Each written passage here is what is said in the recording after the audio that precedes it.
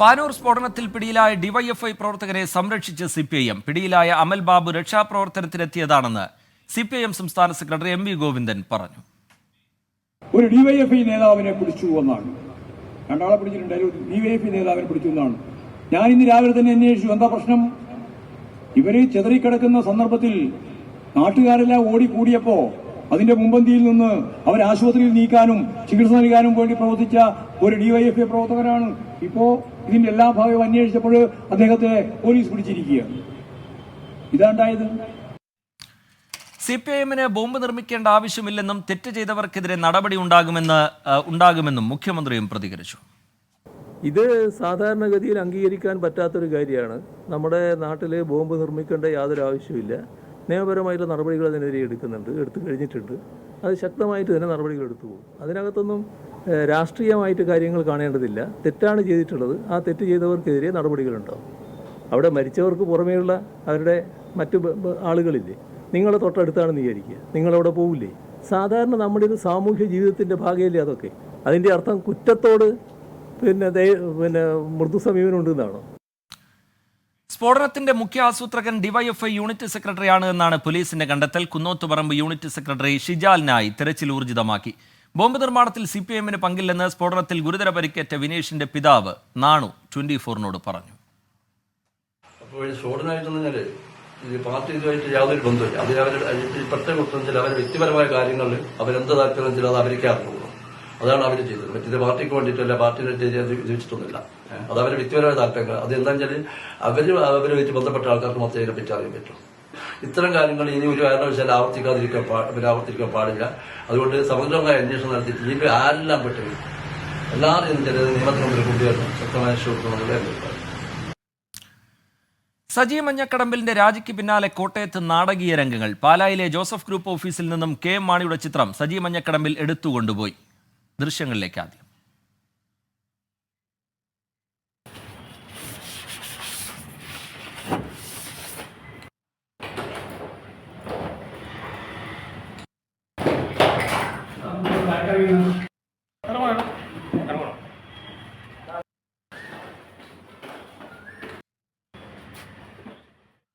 Toby Johnson ചേരുന്നുണ്ട് വിവരങ്ങളുമായി കോട്ടയത്ത് നിന്ന്. ടോബി, എന്താണ് സംഭവിച്ചത്? ടോബി,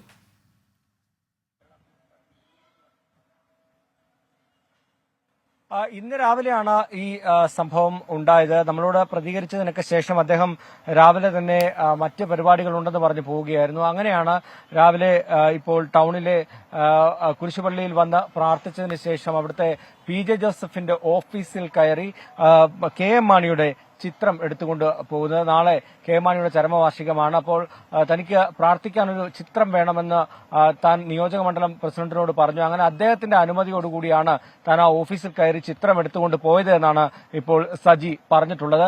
എന്തായാലും വലിയൊരു വിവാദത്തിലേക്ക്, നാടകീയ രംഗങ്ങളിലേക്ക് കോട്ടയത്തെ സജി മഞ്ഞക്കടമ്പിലിന്റെ രാജി പോകുന്ന ഒരു കാഴ്ചയാണ്.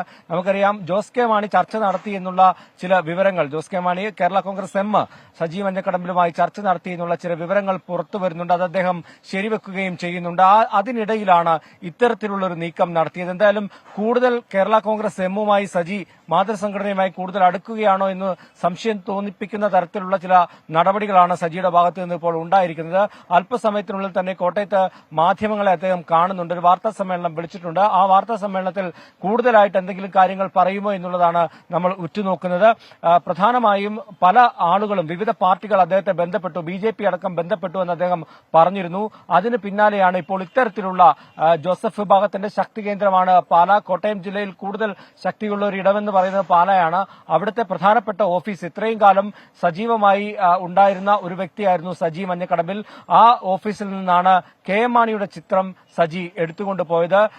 നമുക്കറിയാം, ഈ പിളർപ്പ്, ഏറ്റവും അവസാനത്തെ കേരള കോൺഗ്രസിന്റെ പിളർപ്പിന്റെ സമയത്ത് സജിയൊക്കെ നേതൃത്വം നൽകിയാണ് ആ ഓഫീസ് അവിടെ സ്ഥാപിച്ചത്. അതിൽ കെ എം മാണിയുടെ ചിത്രമൊക്കെ സ്ഥാപിക്കുന്നതിന് നേതൃത്വം നൽകിയത്, മുന്നിൽ നിന്നത് സജി മഞ്ഞക്കടമ്പിലാണ്. അതുകൊണ്ട് തന്നെയാണ് താൻ പാർട്ടി വിട്ട് ഇപ്പോൾ UDF-ൽ നിന്നും ഇറങ്ങി നിൽക്കുമ്പോൾ കെ എം മാണിയുടെ ഒരു ചിത്രം തനിക്ക് വേണം. സജി മഞ്ഞക്കടമ്പിലിനെ അനുനയിപ്പിക്കാനുള്ള ശ്രമം UDF നേതൃത്വം പൂർണ്ണമായും ഒഴിവാക്കി കഴിഞ്ഞു. ഇനി അത്തരത്തിലൊരു നീക്കത്തിന് മുതിരുകയുമില്ല. പുതിയ രാഷ്ട്രീയ നീക്കം ഏത് തരത്തിലെന്നുള്ള കാര്യത്തിൽ ഇപ്പോഴും അവ്യക്തത തുടരുന്നുണ്ട്. കേരള കോൺഗ്രസ് എമ്മിലേക്ക് എന്നുള്ള സൂചനകൾ തന്നെയാണ് സജീവമായി പുറത്തുവരുന്നത്. സജി മഞ്ഞക്കടമ്പിലിന്റെ തുടർന്നുള്ള രാഷ്ട്രീയ നീക്കം അത് സംബന്ധിച്ച് ലഭ്യമാകുന്ന സൂചനകൾ എങ്ങനെ ടോബി?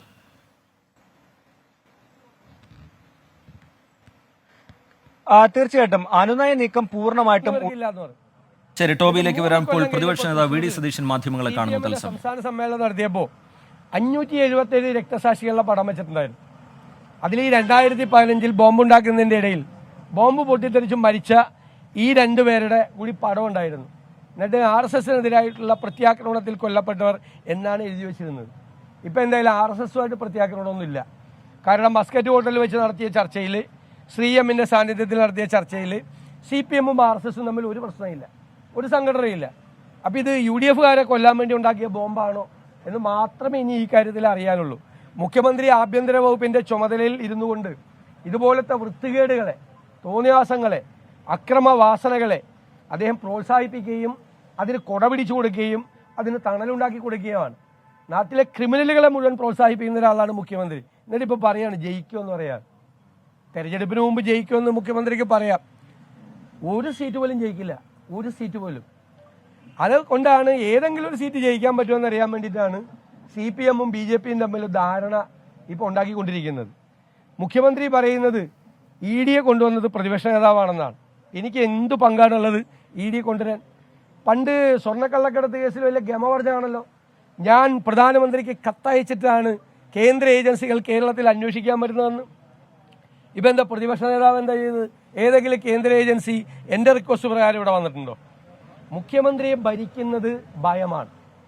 ഭയമാണ് മുഖ്യമന്ത്രിയെ ഭരിക്കുന്നത്. പേടിച്ചാണ് മുഖ്യമന്ത്രി കസേരയിൽ ഇരുന്നത്. ഈ കസേരയിൽ ഇതുപോലെ ഇരുന്ന ഒരാൾ ഉണ്ടായിട്ടില്ല. ഇതിനു മുമ്പുള്ള ഒരു മുഖ്യമന്ത്രി ഇതുപോലെ ഭയന്ന് ആ കസേരയിൽ ഇരുന്നിട്ടില്ല. മുഖ്യമന്ത്രി പറയുന്നത് കേന്ദ്ര ഏജൻസികളെ കൊണ്ടുവരാൻ വേണ്ടിയിട്ട് ശ്രമിക്കുന്നത് പ്രതിപക്ഷമാണെന്നാണ്. ഇല്ലാത്ത കള്ളക്കേസ് ഒരു സ്ത്രീയിൽ നിന്ന് എഴുതി വാങ്ങി, പരാതി എഴുതി വാങ്ങി. മുഖ്യമന്ത്രിയായിരുന്ന ഉമ്മൻചാണ്ടിക്കെതിരായിട്ട് CBI അന്വേഷണത്തിന് ഉത്തരവ് കൊടുത്ത മാന്യനാണ് ഇന്ന് ഈ കസേരയിൽ നിന്ന് പ്രതിപക്ഷത്തെ കുറ്റപ്പെടുത്തുന്നത്. അപ്പോൾ പ്രതിപക്ഷം അന്ന് CBI കേന്ദ്ര ഏജൻസി ആയിരുന്നില്ലേ? ഇല്ലാത്ത കള്ളക്കേസ് ഉമ്മൻചാണ്ടിയെ അപമാനിക്കുന്നതിന് വേണ്ടി ഒരു സ്ത്രീയിൽ നിന്ന് പരാതി എഴുതി വാങ്ങി CBI അന്വേഷണത്തിന് വിട്ട് CBI അന്വേഷിപ്പിച്ചു ഈ പിണറായി വിജയൻ. എന്നിട്ട് ഇപ്പോൾ പറയും അയ്യോ പ്രതിപക്ഷം എനിക്കെതിരായിട്ട് കേന്ദ്ര ഏജൻസിയെ പ്രോത്സാഹിപ്പിക്കുന്നു എന്ന് പറയാണ്, വിലപിക്കുകയാണ്. ആ കസേരയിൽ ഇരുന്നു കൊണ്ട് കിഫ്ബിക്കെതിരായി ഞങ്ങൾ നിലപാടെടുത്തു. സത്യമാണെന്ന് ഇപ്പോൾ തെളിഞ്ഞില്ലേ?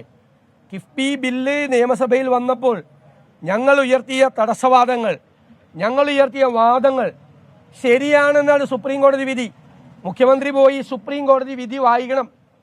സുപ്രീം കോടതി വിധിയിൽ 2-3 പാരഗ്രാഫ് ഉണ്ട്.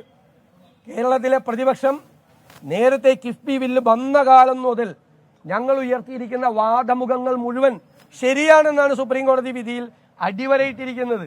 ഇവരിവിടെ ഈ രാജ്യം മുഴുവൻ നടന്ന് പ്രസംഗിച്ചല്ലോ, 57,600 കോടി രൂപ കേന്ദ്രം തരാനുണ്ട്.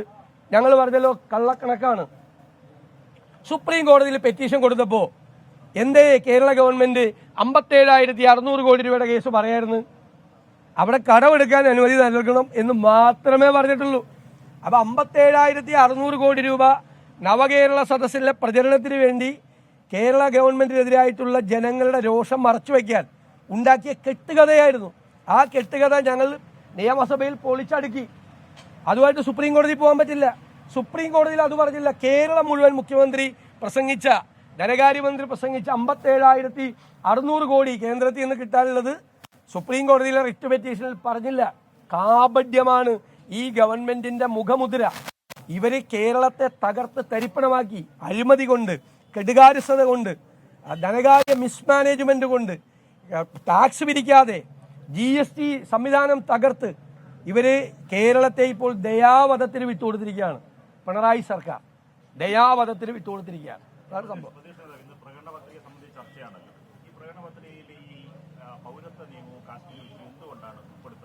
അതെല്ലാം വളരെ കൃത്യമായിട്ട് പേജ് 8 വായിച്ചു നോക്കിയാൽ മതി. പേജ് 8 വായിച്ചാൽ ഭാഷാ ന്യൂനപക്ഷങ്ങൾക്കും മതന്യൂനപക്ഷങ്ങൾക്കും ഉള്ള കംപ്ലീറ്റ് ആയിട്ടുള്ള പ്രൊട്ടക്ഷൻ പറഞ്ഞിട്ടുണ്ട്. കഴിഞ്ഞ 10 കൊല്ലം ഈ ഭരണഘടനാ വ്യവസ്ഥകളെ ലംഘിച്ചുകൊണ്ട് ഉണ്ടാക്കിയ എല്ലാ നിയമങ്ങളും ഞങ്ങൾ അധികാരത്തിൽ വന്നാൽ റദ്ദാക്കും എന്ന് പറഞ്ഞിട്ടുണ്ട്. രാഹുൽ ഗാന്ധി ആസാമിൽ പോയി പബ്ലിക് മീറ്റിംഗ് നടത്തി ഞങ്ങൾ അധികാരത്തിൽ വന്നാൽ പൗരത്വ നിയമം റദ്ദാക്കും എന്ന് പറഞ്ഞിട്ടുണ്ട്. കോൺഗ്രസ് നേരത്തെ തന്നെ വാഗ്ദാനം നൽകുന്ന പ്രധാനപ്പെട്ട കാര്യമാണ്.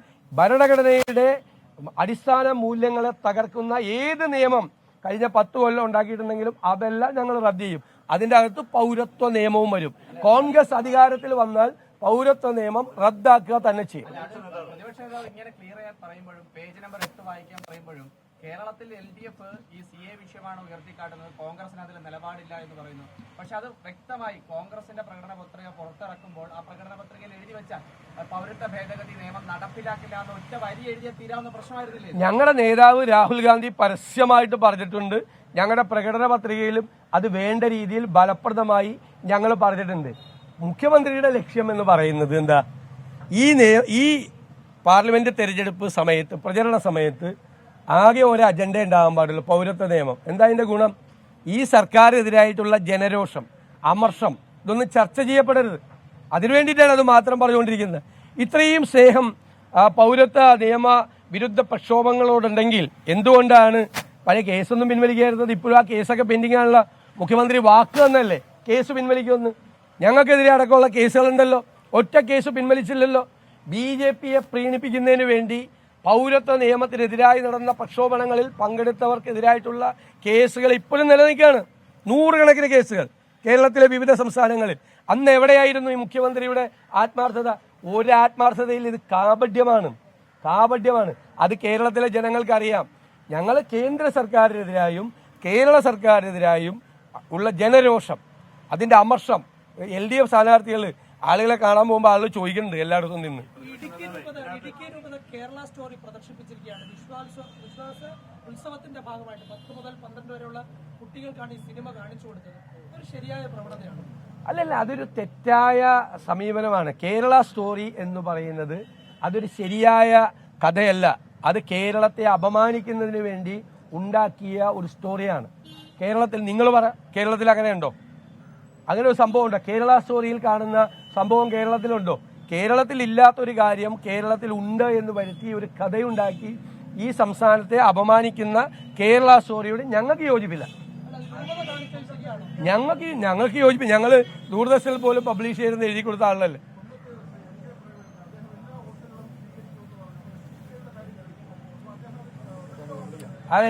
അതൊക്കെ UDFന്റെ തീരുമാനമാണ്. UDFന്റെ 20 സ്ഥാനാർത്ഥികൾക്കും ബാധ്യതയാണ്. പ്രേമേന്ദ്രൻ എന്താ വേറെ വല്ലവരും അല്ലല്ലേ, ഇതിൻ്റെ അകത്ത് പെടുന്ന ആളല്ലേ. ആ 20 സ്ഥാനാർത്ഥികളാണ്. വേറെ പ്രത്യേക പ്രിവിലേജ് ഒന്നും പ്രേമേന്ദ്രനില്ല. പ്രേമേന്ദ്രൻ അടക്കമുള്ള മുഴുവൻ സ്ഥാനാർത്ഥികൾക്കും ബാധകമായിട്ടുള്ള കാര്യം. അതൊക്കെ സ്ഥാനാർത്ഥികൾക്ക് എല്ലാവരുടെ വോട്ട് കിട്ടണമെന്ന് പറയും. എല്ലാവരും വോട്ട് ചെയ്യും. ഞങ്ങൾ പറഞ്ഞിട്ടുള്ള ഇൻഡിവിജ്വൽ ആയിട്ടല്ലേ വോട്ട്, അത് അവർ ഇഷ്ടമുള്ളത് ചെയ്യട്ടെ. ഞങ്ങൾ ചെയ്തത് എന്താ? ഞങ്ങൾ ഭൂരിപക്ഷ വർഗീയതയെയും ന്യൂനപക്ഷ വർഗീയതയും ഒരുപോലെ എതിർക്കും. അതാണ്, അത് ക്ലിയറാണ്. That chapter is closed.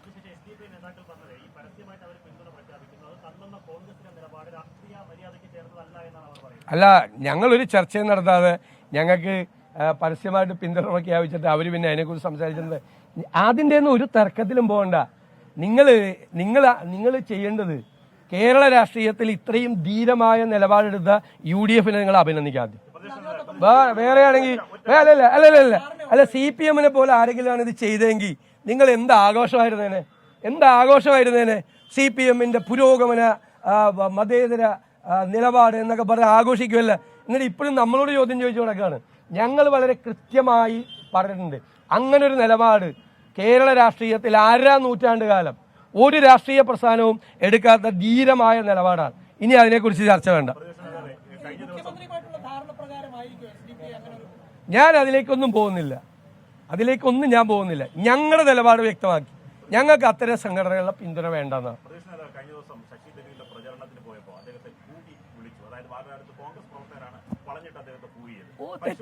അടിസ്ഥാനരഹിതമാണ്, തെറ്റായിട്ടുള്ള കാര്യമാണ്. ഒരു സ്ഥലത്തും ഒരു കോൺഗ്രസ് പ്രവർത്തകരും ശശി തരൂരെ പോവില്ല.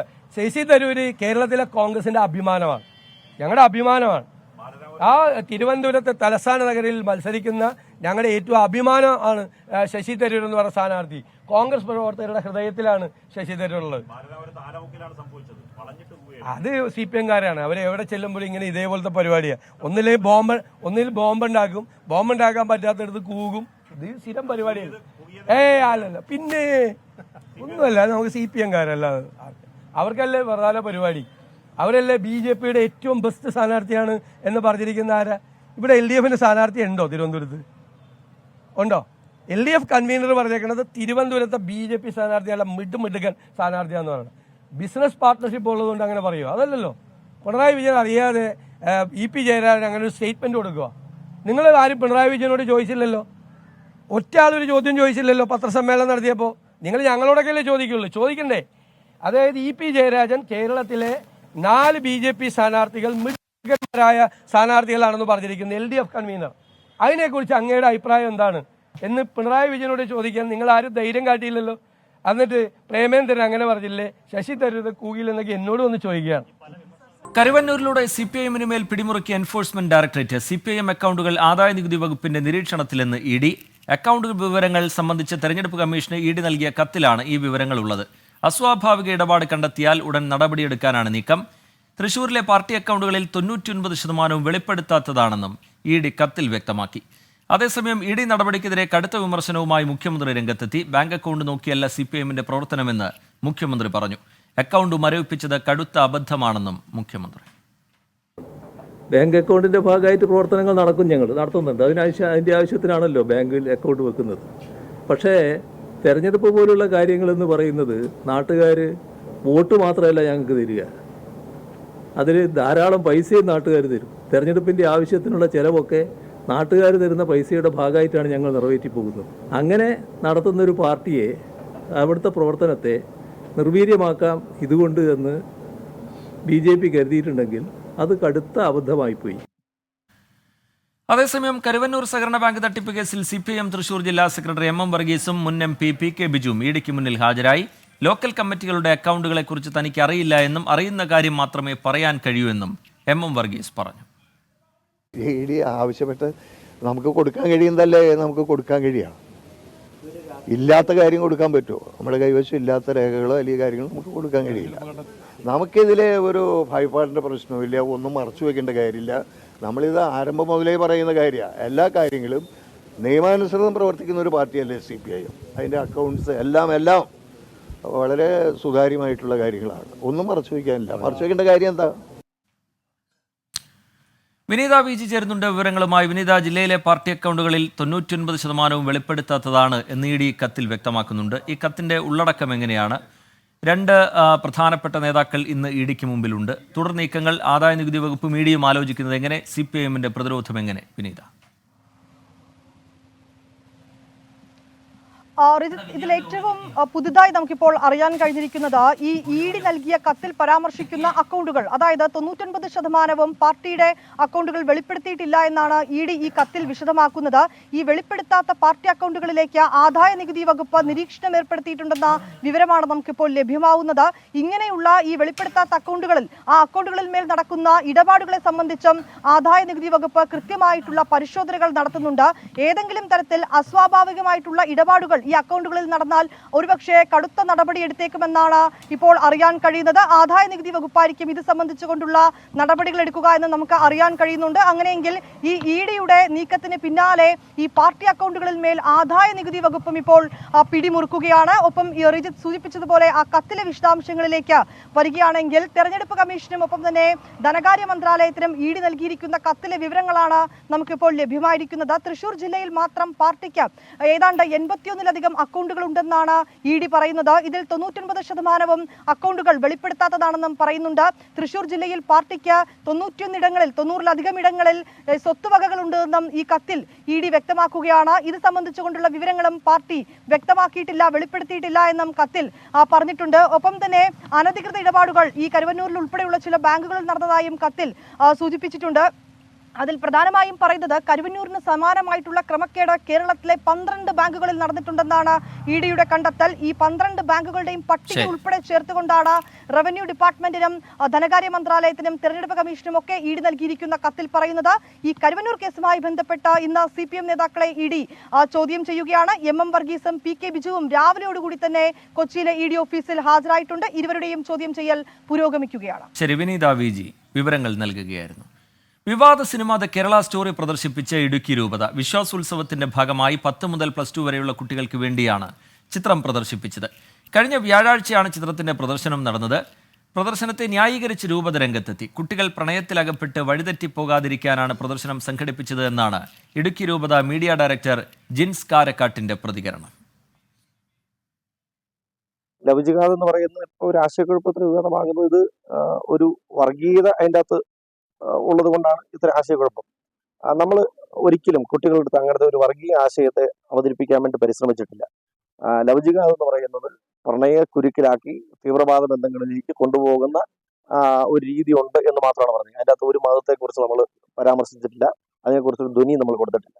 ഈ പ്രണയത്തെക്കുറിച്ച് പറയുമ്പോഴും കേരള സ്റ്റോറിയെക്കുറിച്ച് പറയുമ്പോഴും ഒന്നും നമ്മൾ വേറെ ഒരു തരത്തിലുള്ള ഒരു ഇൻപുട്ട് അവർക്ക് നൽകിയിട്ടില്ല. അവരോട് പറഞ്ഞിട്ടുള്ളത് അവർക്ക് നൽകാൻ വേണ്ടി നമ്മൾ ഉദ്ദേശിച്ചതും കൊടുത്തതും ഒക്കെ ആയിട്ടുള്ള കാര്യം ഈ പ്രണയക്കുരുക്കിൽ വീണു പോകാതിരിക്കാൻ വേണ്ടി ശ്രദ്ധിക്കേണ്ട കാര്യങ്ങളെക്കുറിച്ചാണ്. അങ്ങനെ വീണു പോകരുത്, അപകടങ്ങൾ സംഭവിക്കരുത് എന്ന ലക്ഷ്യത്തോടെ നമ്മുടെ കുട്ടികൾക്ക് കൊടുത്ത ഒരു ജാഗ്രതയുടെ മുന്നറിയിപ്പിന്റെ ശബ്ദമായിട്ടാണ് ഈ ഇന്റൻസീവ് ട്രെയിനിങ് പ്രോഗ്രാം നടന്നത്.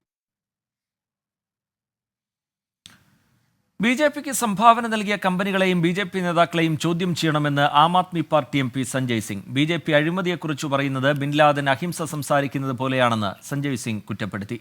ആം ആദ്മി പാർട്ടിയുടെ ലോക്സഭാ തെരഞ്ഞെടുപ്പ് പ്രചാരണത്തിന് തുടക്കമിട്ട് സംസാരിക്കുകയായിരുന്നു സഞ്ജയ് സിംഗ്. पर्दे के पीछे देश की जनता से छिपाकर हजारों लाखों करोड़ का भ्रष्टाचार देश की मोदी सरकार ने किया है, भारतीय जनता पार्टी की सरकार ने किया है, इसका खुलासा आपके सामने करना चाहता हूं. ഇന്ന് സംഭവിച്ചത് പൂർത്തിയാവുകയാണ്.